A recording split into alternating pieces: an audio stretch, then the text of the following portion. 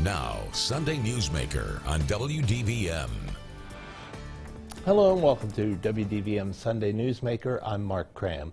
After watching his little sister struggle with addiction, a Front Royal man decided he had to do something to help. WDVM's Ellie Williams reports on that man's mission to save lives in rural communities. In rural America, it can take twice as long for first responders to respond to a call than it does in urban areas.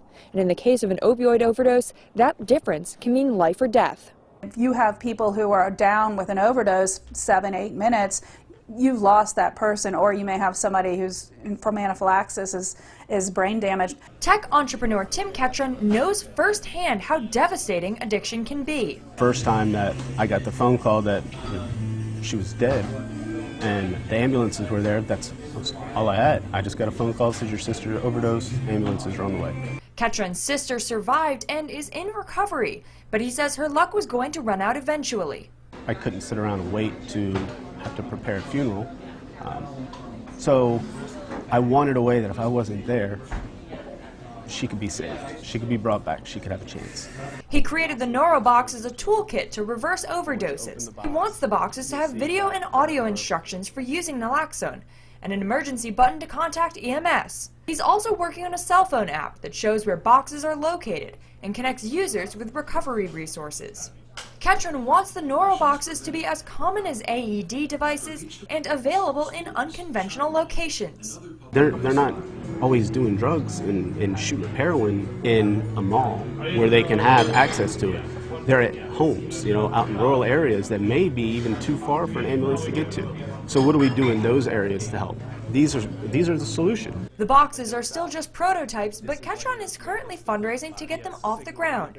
Reporting in Warren County, Ellie Williams, WDVM 25. And Tim Ketron, the co-founder of National Overdose Recovery Outreach, joins us now in the studio. Thanks for being here. Thanks for having me.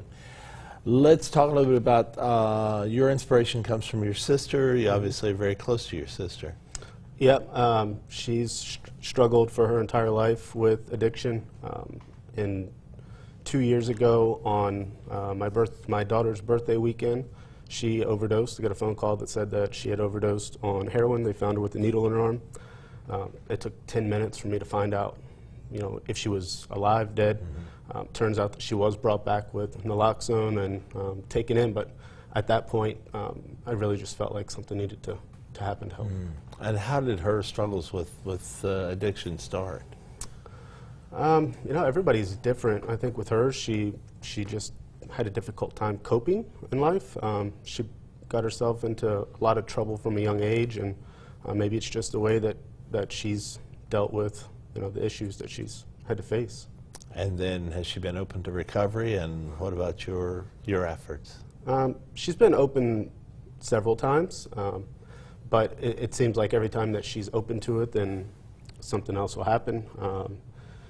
And in that case, she's been in and out of jail a few times. She's been in and out of treatment a few times.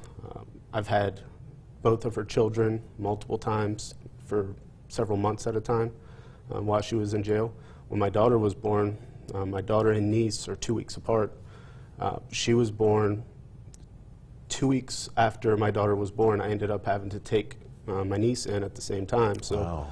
Two newborns. Two newborn little girls. To you handling that, right? Yeah, that was fun. But I've done that several times trying to help, and you reach a certain point where you don't know if you're trying to enable or help. And what I didn't want to do was make it easy for her to continue doing bad things. I wanted to do something that would just help her stay alive until she could make a different choice. Yeah, right. So obviously this has galvanized you. This has caused you to step forward and found this this organization, this outreach. And yet, running an organization like this isn't easy. No, this is actually the second one I'm doing at the same time. So, okay. I started a real estate technology-based company. And because of that, people said that you can't go off and start this company and it's never going to be able to work. It's technology. Once I was able to go and make that happen, then I just decided that I could probably figure out how to do lots of different things. And with this piece, it was really just about helping helping others. So I had lots of drive behind it, and so far it's come together with a lot of support. It's come together. Fantastic. I want to talk a little bit about the boxes we saw there in the package that Ellie presented, and some other things that your organization is doing. So stay with us. What exactly the NoroBox is and how it saves lives today for a chance for recovery. Stay with us.